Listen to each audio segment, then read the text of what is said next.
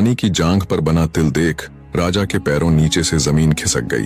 राजा ने विचार किया, हो न हो रानी की तस्वीर बनाने वाला ये चित्रकार इससे पहले भी रानी से मिल चुका है। मन में ये विचार आते ही राजा के तन बदन में आग लग गई। उसने मंत्री को आदेश दिया कि रानी की तस्वीर बनाने वाले उस चित्रकार को तुरंत बुलाओ। उससे कहना, राजा तुम्हारी कारीगरी से खुश होकर तुम्हें इनाम देना चाहते हैं। राजा का हुक्म पाकर मंत्री ने तुरंत उस चित्रकार को फिर से राजमहल बुलवा लिया। जब वो चित्रकार राजा के सामने पेश हुआ तो उसे देख गुस्से से लाल पीले राजा ने झल्लाद को हुक्म दिया, पकड़कर ले जाओ इस हरामजादे को और जंगल में ले जाकर गर्दन उड़ा दो इस दुष्ट की, और इसकी नापाक आंखें निकाल कर मेरे लिए ले आना।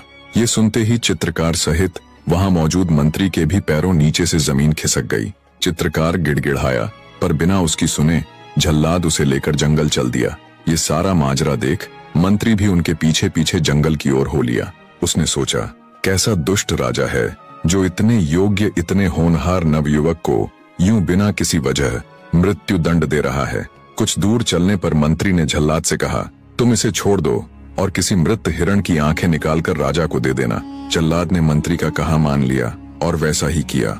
मंत्री डरते डरते उस चित्रकार को अपने साथ अपने घर ले गया। समय अपनी गति के साथ बीतने लगा।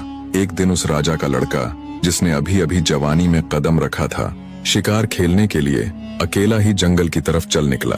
जब वो जंगल के अंदर गया तो उसे एक शेर की गुर्राहट सुनाई दी।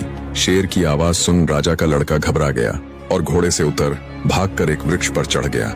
जब तक वो वृक्ष पर चढ़ा इतने में शेर भी वहां आ पहुंचा। राजकुंवर ने जब वृक्ष पर चढ़कर देखा तो वहां ऊपर एक रीछ बैठा हुआ था। मारे भय के कुंवर के प्राण सूख गए। उसे घबराया देख रीछ बोला, डरो मत कुंवर, तुम मेरी शरण में आए हो, मैंने तुझे जीवन दान दिया, अब बिना किसी भय के तू आनंद के साथ यहाँ आराम कर। थोड़ी देर बाद रीछ बोला, रात होने वाली है, ऐसा करते हैं हम दोनों बारी बारी पहरा देते हैं। पहले आधी रात तक मैं पहरा दूंगा, जब तक तुम सो लेना, और आधी रात के बाद तुम्हारी बारी।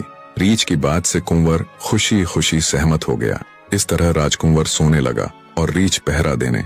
तब वृक्ष के नीचे खड़ा शेर रीछ से बोला, मेरी बात सुन, तू क्यों अज्ञानी हो रहा है, क्यों इस मनुष्य की तरफदारी कर रहा है? अरे ये तो शुरू से ही हमारे भक्षक रहे हैं, हम फिर भी जंगल में रहने वाले जीव हैं, तू क्यों इसकी खातिर दुश्मनी का बीज बो रहा है?